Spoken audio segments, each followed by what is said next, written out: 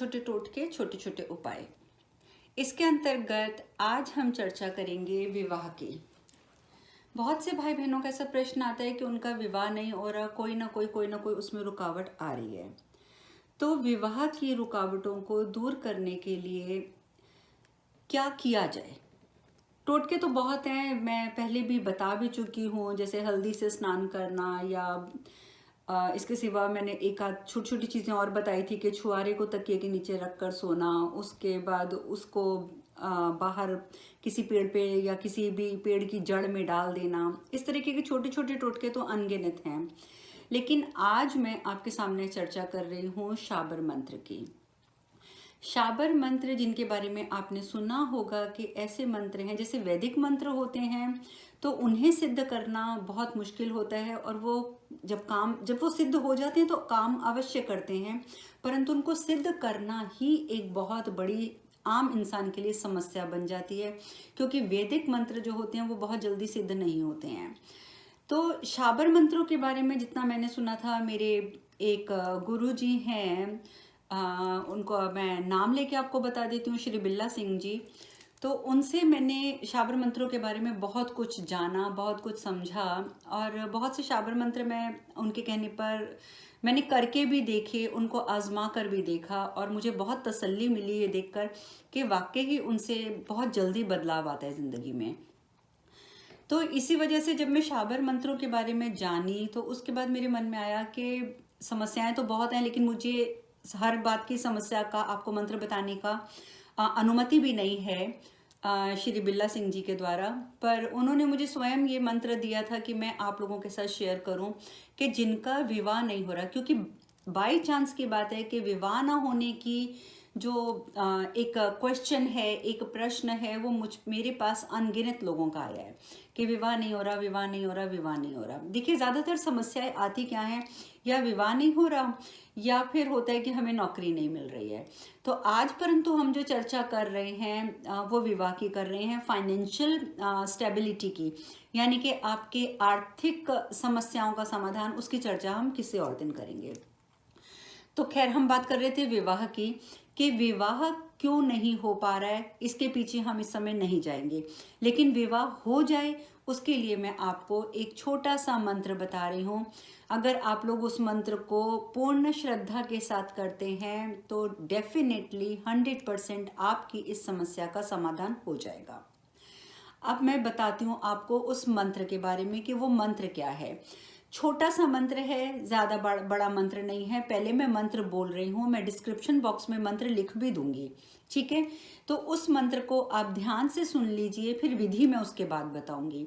तो ये जो मंत्र है, मंत्र इस प्रकार है, ओम गौरी आवे।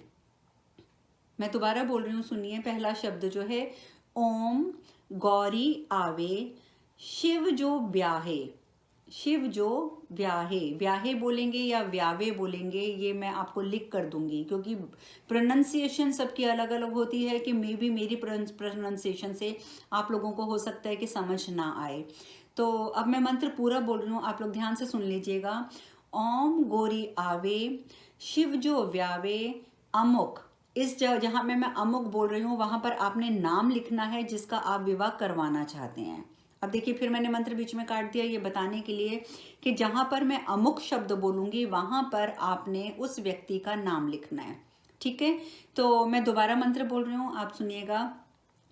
ओम गौरी आवे, शिव जो व्यावे, अमुक को विवाह तुरंत सिद्ध करे, देर ना करे, जो देर होवे तो शिव को त्रिशूल पड़े, गुरु गोरखनाथ की दुहाई फिरे।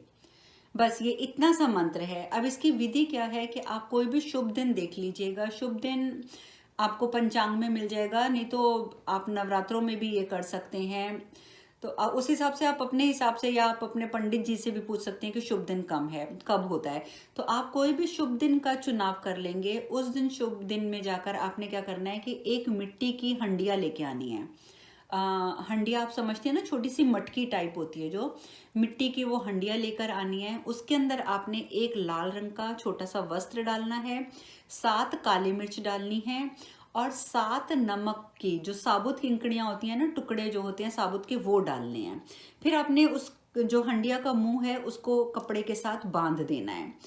इस प्रकार से हंडिया के अंदर ये 3 चीज़ें डालकर इसका मुंह कपड़े से बांधकर हंडिया के बाहर जो पॉट है मिट्टी का, जो जिसको हम अदन पॉट कहते हैं, मिट्टी का पात्र कहते हैं, उसके ऊपर आपने क्या करना है कि लाल रंग का कुमकुम होता है, कुमकुम से आपने 7 बिंदियां लगानी है, गिनकर 1 2 3 4 5 6 7 बिंदियां लगानी है। फिर आपने ये जो मंत्र मैंने ऊपर बताया है, इस मंत्र को हंडिया को सामने रख लेना है और फिर इस मंत्र की आपने 5 माला करनी है। 5 माला का आपने जाप करना है और जाप करने के बाद आपने इस हंडिया को उठाना है और उसको ले जाकर आपने चौराहे पर रख के आ जाना है। किसी भी चौराहे पर, इंडिया में तो ये चीज़ें पॉसिबल हैं, तो किसी भी चौराहे पर रख कर आ जाना है। ये अगर आप टोटका करते हैं तो इससे विवाह में आने वाली समस्त बाधाएं जो हैं वो दूर हो जाती हैं। और उससे भी बड़ी बात है कि जो विवाह होता है वो बहुत उत्तम विवाह होता है। क्योंकि इसमें जो हम प्रार्थना कर रहे हैं वो प्रार्थना कर रहे हैं महादेव से और माता पार्वती से। और आप जानते हैं कि हमारे शिव पुराण के मुताबिक, जितना कि हम लोगों को ज्ञात है, कि सबसे उत्तम विवाह महादेव और माता पार्वती का माना जाता है।